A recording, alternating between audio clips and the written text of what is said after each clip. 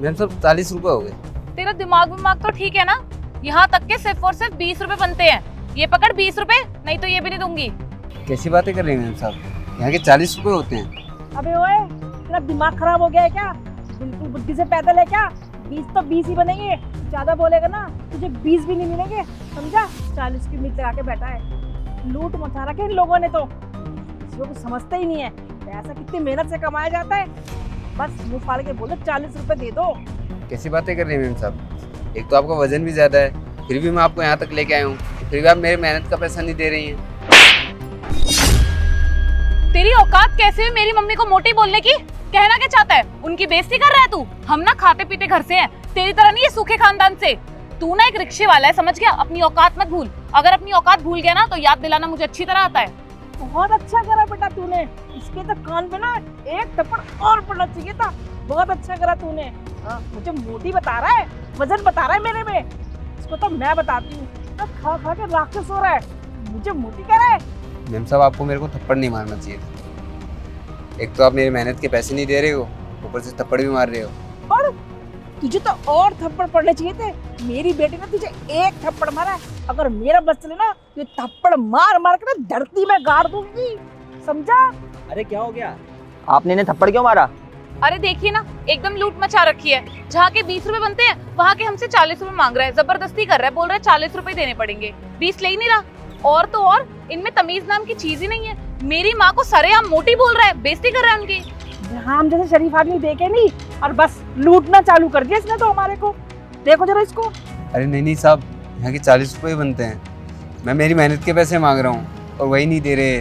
अरे कैसी बातें कर रहे हैं आप लोग, बिल्कुल सही तो कह रहा है वो।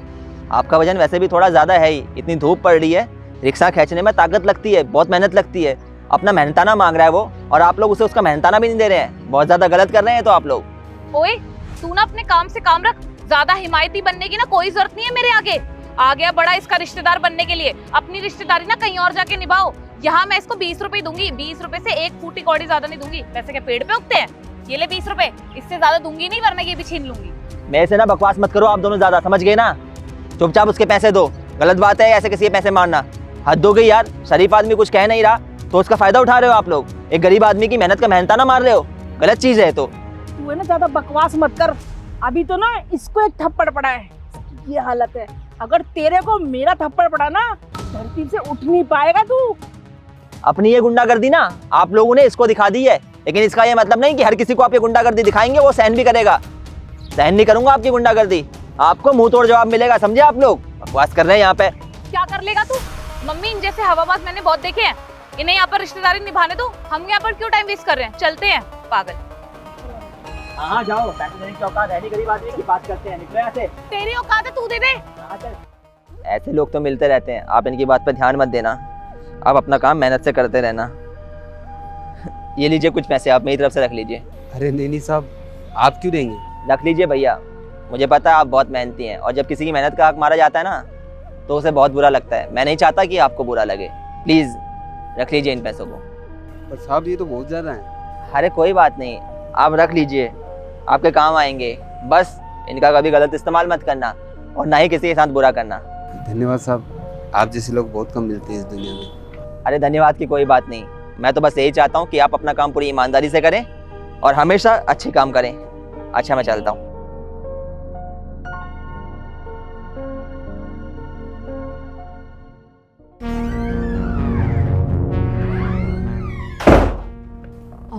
सर, आपने मुझे बुलाया था? आरती, तुमने क्या कर रखा है इन फाइल्स में? जितने भी प्रोडक्ट्स आए हैं तुमने उनको बढ़ा के लिख रखा है इस पूरी फाइल में। सर, मैंने तो सारे अकाउंट ध्यान से चेक करे थे और सारे सामान की एंट्री भी अपने आगे ही कराई थी, तो फिर ये कैसे पॉसिबल है? वही तो पूछ रहा हूँ मैं तुमसे। जब तुमने सब कुछ सही तरीके से किया है तो ये सारे प्रोडक्ट्स बढ़े हुए क्यों हैं इन फाइल्स में? और इसका पैसा भी मुझसे एक्स्ट्रा लिया गया है, कंपनी ने इसका बिल पे किया है। सर, गलती तो हुई है, बट सर मुझे लगता है ना कि दूसरी कंपनी ने ज़रूर कुछ करा है, क्योंकि सर मैं तो बहुत ही ईमानदार हूँ और इतने सालों से इस ऑफिस में काम कर रही हूँ, तो मुझसे तो कोई गलती नहीं हो सकती सर। हाँ, बहुत सही कह रही हो। कितनी बारीकी से और कितनी अच्छी तरीके से तुम अपना इल्ज़ाम किसी दूसरे पर डाल रही हो। मुझे ना बहुत अच्छे से पता है साक्षी कि ये सब तुम्हारा ही किया धरा है। अकाउंट्स डिपार्टमेंट की हेड तुम हो ना, तो इस चीज़ की नॉलेज किसको होनी चाहिए? मुझे। सर अगर ना दूसरी कंपनी ने कुछ नहीं करा है तो जरूर हमारी कंपनी में से किसी दूसरे अकाउंटेंट ने करा होगा कुछ। तो आप चिंता मत करिए सर, मैं ना उसे जल्दी के जल्दी ढूंढ लूंगी कि वो अकाउंटेंट कौन है, और उसके बाद ना मैं उसे कड़ी से कड़ी सजा दूंगी। आपको बिल्कुल टेंशन लेने की जरूरत नहीं है सर मेरे होते हुए। साक्षी, किसी को पकड़वाने की कोई ज़रूरत नहीं है। मुझे पता चल चुका है कि ये चोरी तुमने ही की है। तुम्हारे साथ जितने लोग मिले हुए थे ना, उन सबसे मेरी बात हो चुकी है। Sir I am really sorry sir. I know कि सर मुझसे गलती हुई है, लेकिन सर सच में मैं अपनी गलती के लिए शर्मिंदा हूँ। आप मुझे एक मौका दे के देखिए सर, आगे से ऐसी गलती कभी नहीं होगी। और सर आपको तो पता है ना कि मैं कितनी अच्छी अकाउंटेंट हूँ और मैं कितने टाइम से हूँ इस कंपनी में। सर आप प्लीज़ ऐसा मत करिए ना मेरे साथ। तुम अच्छी अकाउंटेंट हो ये मुझे भी पता है, यही देखकर मैंने तुम्हें जॉब दी थी। लेकिन तुम अपनी अच्छाई और तुम अपनी नॉलेज का ना गलत जगह पर इस्तेमाल कर रही हो। और तुम क्या कह रही हो, दूसरा मौका तो तुम्हें तब मिलेगा ना जब मैं इस कंपनी में तुम्हें रखूँगा। आज के बाद तुम इस कंपनी में मत आना। सर प्लीज़ सर मेरे साथ ऐसा मत करिए। आप सर मुझे प्लीज़ एक मौका दे दीजिए। और सर मैं इस कंपनी की इतनी पुरानी अकाउंटेंट होने के नाते एक मौका तो डिज़र्व करती हूँ ना सर। कोई मौका नहीं मिलेगा तुम्हें। और जो तुम्हारे फंड्स हैं ना, वो भी रिलीज़ नहीं होंगे। और हाँ, तुम्हें जहाँ जाना है ना तुम जा सकती हो। पर सर एटलीस्ट मेरी, मैं बोला ना एक बार, जाओ यहाँ से। और हाँ, जाने से पहले ये फाइल यहाँ रख के जाना। तुम जैसे जगह कोई भरोसा नहीं है, कब कंपनी की डिटेल्स तुम लीक कर दो। Now get lost. ये लीजिए साहब, आपकी 4 दिन की रिक्शे की दिहाड़ी। कब तक ऐसे कम किराया देता रहेगा? अगली बार से तेरा किराया बढ़ा दूंगा, समझा?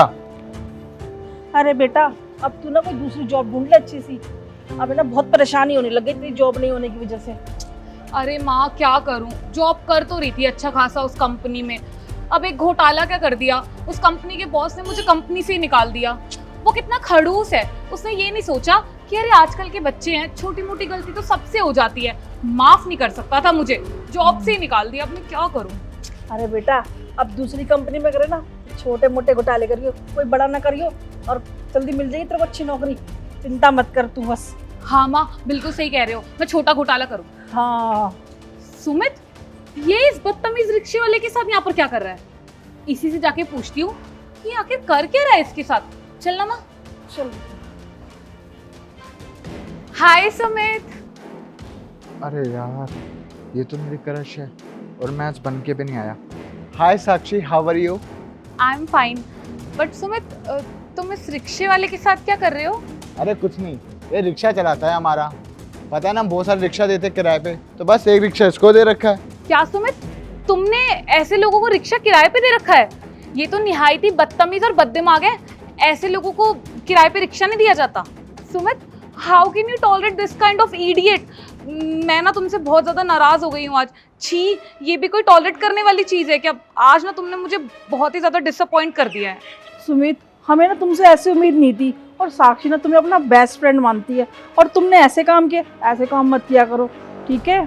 अरे आंटी, इसके चक्कर में ना मेरा भी दिमाग खराब रहता है। साक्षी तुम बताओ, इसे मारूं क्या? नहीं नहीं सुमित, ये तुम कैसी बातें कर रहे हो? मैं नहीं चाहती कि तुम इसे मारो और ये जाके पुलिस में कंप्लेंट कर दे, फिर तुम्हें जेल वेल हो जाए। अगर मेरे सुमित को कुछ हो गया तो मैं कैसे जी पाऊंगी? तुम ना बस इतना काम करो कि इसे ना आज के बाद अपना रिक्शा किराए पे मत देना, ठीक है? यार साक्षी, तुम कितनी अच्छी हो, मेरा इतना ध्यान रखते हो। अबे ओए, तू सुन, शाम तक है ना रिक्शा मेरे घर पहुंच जाना चाहिए, समझा? वरना जिन टांगों से तू रिक्शा खींचता है ना, वो टांगे नहीं बचेगी, समझा? अरे साहब, ऐसा मत कीजिए, मेरे पेट का सवाल है। अबे ओए, हमारी तरफ से ना तू भूखा मत, मुझे तेरे से कुछ लेना देना नहीं है। अब तो तुम खुश हो ना Sakshi? Yes Sumit, I am really really happy. चलो सुमित, मुझे ना एक बहुत इंपॉर्टेंट काम है, मैं चलती हूँ, मैं तुमसे बाद में मिलूंगी। बाय। बाय। चलो। आज तो दिन बन गया मेरा। अबे ओए, तू निकल यहाँ से।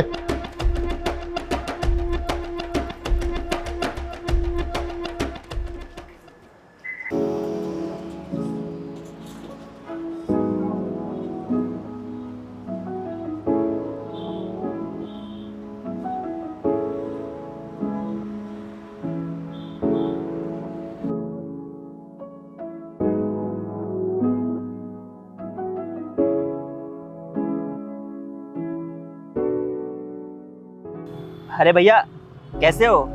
क्या बात, आज काम पे नहीं गए? जब रिक्शा ही नहीं रहा तो काम पे कहाँ से जाऊँ? रिक्शा ही नहीं रहा मतलब भाई साहब मैं कुछ समझा नहीं, साफ साफ बताइए ना आप। छोड़िए ना साहब, हम गरीबों की किस्मत में ऐसा ही है, क्या बताऊँ आपको। अरे भैया भाई के नाते बता दीजिए, कम से कम बताएं क्या बात है। क्या बताऊँ साहब, उस दिन मेम साहब नहीं मिली थी जो किराए के लिए लड़ रही थी। उसने मेरे मालिक से कह के मेरा रिक्शा छीनवा लिया। साहब मैंने तो उनसे मेरे हक के पैसे मांगे थे, पर पता नहीं उनको क्या चिढ़ हो गई, उन्होंने मेरा रोजगार ही छीन लिया। कैसे कैसे लोग हैं इस दुनिया में, भला कोई ऐसा करता है क्या किसी के साथ? सच में आजकल कुछ इंसानों की तो जैसे इंसानियत ही मर गई है। आप चिंता मत करें भाई साहब, आपकी ज़िंदगी एक ना एक दिन ज़रूर बदलेगी। क्या ही होगा, कुछ नहीं होगा साहब। इतने दिनों से काम की तलाश में हूँ, मिल ही नहीं रहा। आई एम रियली अनलकी। आपने इंग्लिश बोली? आपको इंग्लिश भी आती है? थोड़ी सी आती है साहब, पढ़ाई लिखाई छूट गई थी मजबूरियों के कारण, पर जितना पढ़ा है उतना याद है। ये मजबूरियां भी ना बहुत क्रूर होती हैं, किसी की परिस्थितियों को नहीं देखती हैं। अच्छे खासे इंसान को अपनी पढ़ाई तक छोड़नी पड़ती है मजबूरियों के कारण। लेकिन कोई बात नहीं भैया, देखिए आज हम इस काबिल हैं कि हम आपकी मदद कर सकते हैं, तो मैं आपकी मदद करूंगा। आप मेरे साथ मेरे घर चलें, आपकी पढ़ाई का और आपके काम का इंतजाम मैं करूंगा। या तो अपनी कंपनी में ही काम दूंगा, काम सिखा के, या फिर अपने किसी दोस्त की कंपनी में काम दिला दूंगा। और आप चिंता मत कीजिए, आपको पैसे ही मिलेंगे, काम सिखाया भी जाएगा। साहब सच बताओ, आप मजाक तो नहीं कर रहे? भाई साहब आपको तो मेरी आदत का पता ही है, मैं क्यों मजाक करूंगा आपसे। आप चिंता ना करें, आपके अच्छे दिन अब आने वाले हैं, आप इतना सोचे मत। आइए चलिए मेरे साथ।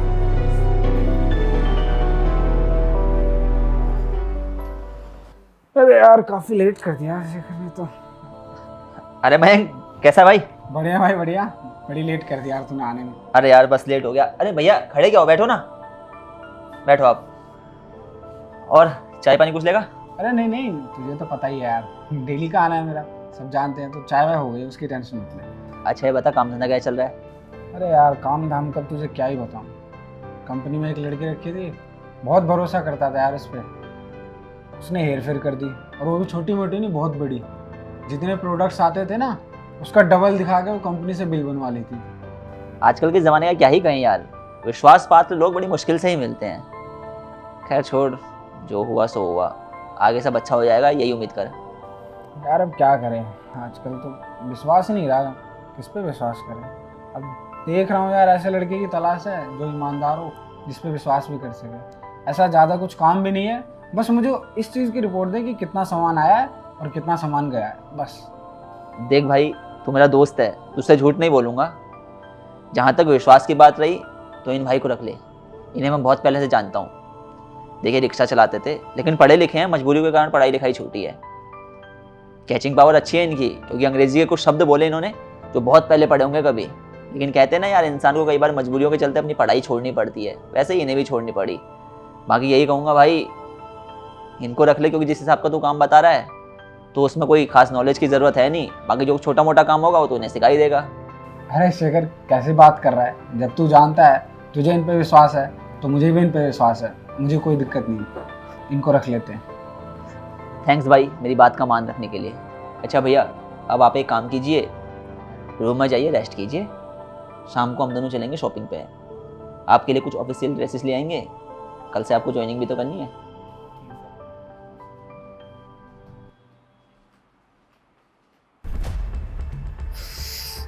ओ हेलो, तू अंदर कहाँ जा रहा है मेरी सोसाइटी के? हाँ किसने बुलाया तुझे?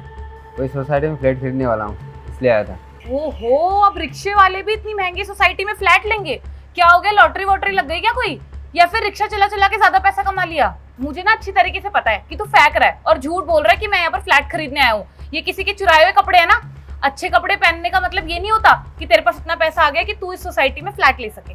अरे मैं झूठ नहीं बोल रहा हूँ, मैं सच बोल रहा हूँ, मुझे फ्लैट खरीदना है इस सोसाइटी में। अबे हट यार, तेरी बकवास कौन सुनेगा, वैसे भी मैं लेट हो रही हूँ। गार्ड भैया आप ना इसको आने मत देना, लात मार के भगा देना यहाँ से। अरे बेटा अच्छा हुआ तू आ गई, मेरे को है ना किसी जरूरी काम से बाहर जाना था। और है ना अब तेरी नौकरी छूट गई, उसकी वजह से ना पैसों की कितनी परेशानी हो रही थी ना, मैंने उस परेशानी को हल करने के लिए एक आइडिया सोचा है। मैंने एक प्रॉपर्टी डीलर से बात करी है, वो हमारा फ्लैट है ना बिकवा देगा, और आज वो किसी पार्टी को लेके आने वाला है। अब मुझे ना बेटा बहुत ज़रूरी काम है, इसलिए तू ना घर में रुकी हो, और घर में वो आएगा ना उसको अच्छे से सारा घर दिखा दी खोल के, ताकि वो जल्दी से हमारा घर खरीद लेगा और हमारी पैसों की समस्या सारी खत्म हो जाएगी। ठीक है, तो ध्यान रखियो, घर जाके है मैं जाती हूँ बेटा, मुझे बहुत ज़रूरी काम है, नहीं तो मैं रुक जाती। ठीक है बेटा।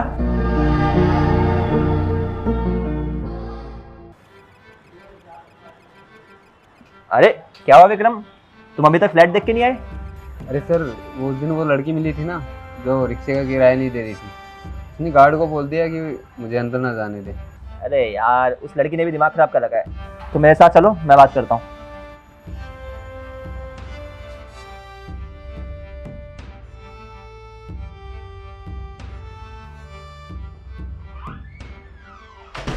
लिसन मैम, मिस्टर विकास ने हमें यहाँ पे भेजा है फ्लैट देखने के लिए।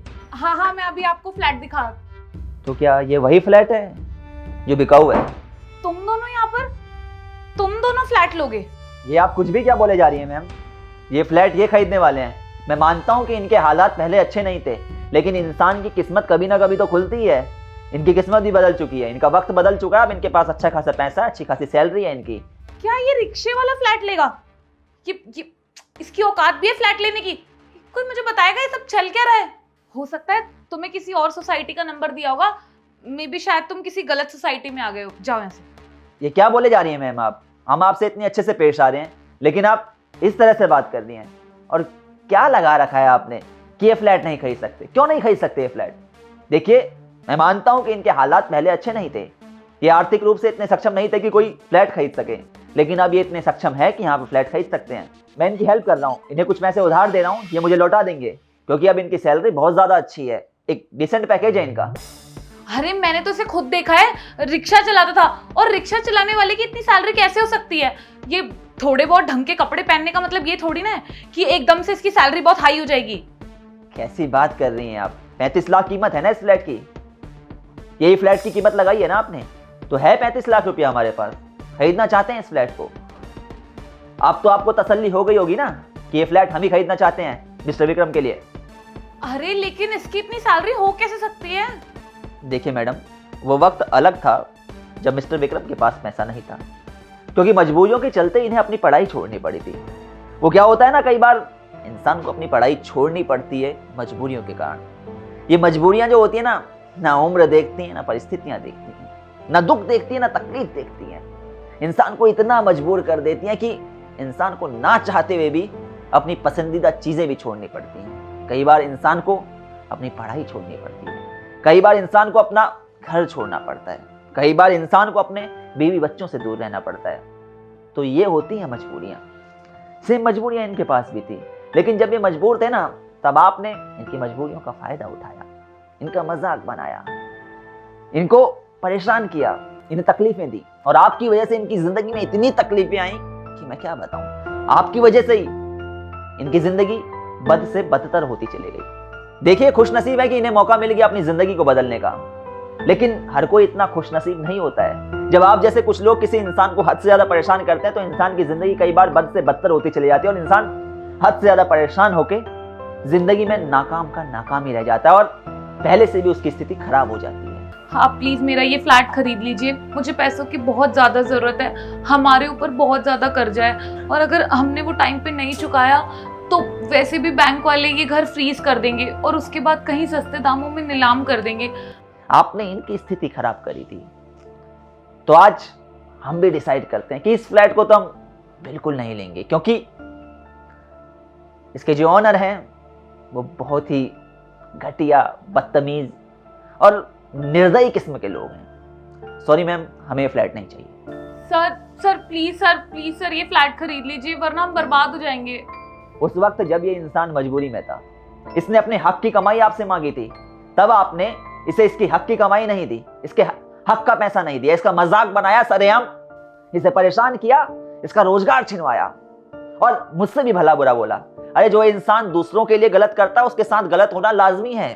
गलत आदतें, दूसरों के साथ गलत व्यवहार करना, ये कुछ ऐसी चीजें हैं जो इंसान को बर्बादी की राह पे ले जाती हैं। और आपकी जानकारी के लिए बता दूं मैडम, आप भी बर्बादी की राह पर चलने लगी हैं। उतारते रहिए बैंक का कर्ज। हम ये फ्लैट नहीं खरीदेंगे तो नहीं खरीदेंगे। विक्रम जी चलिए आइए।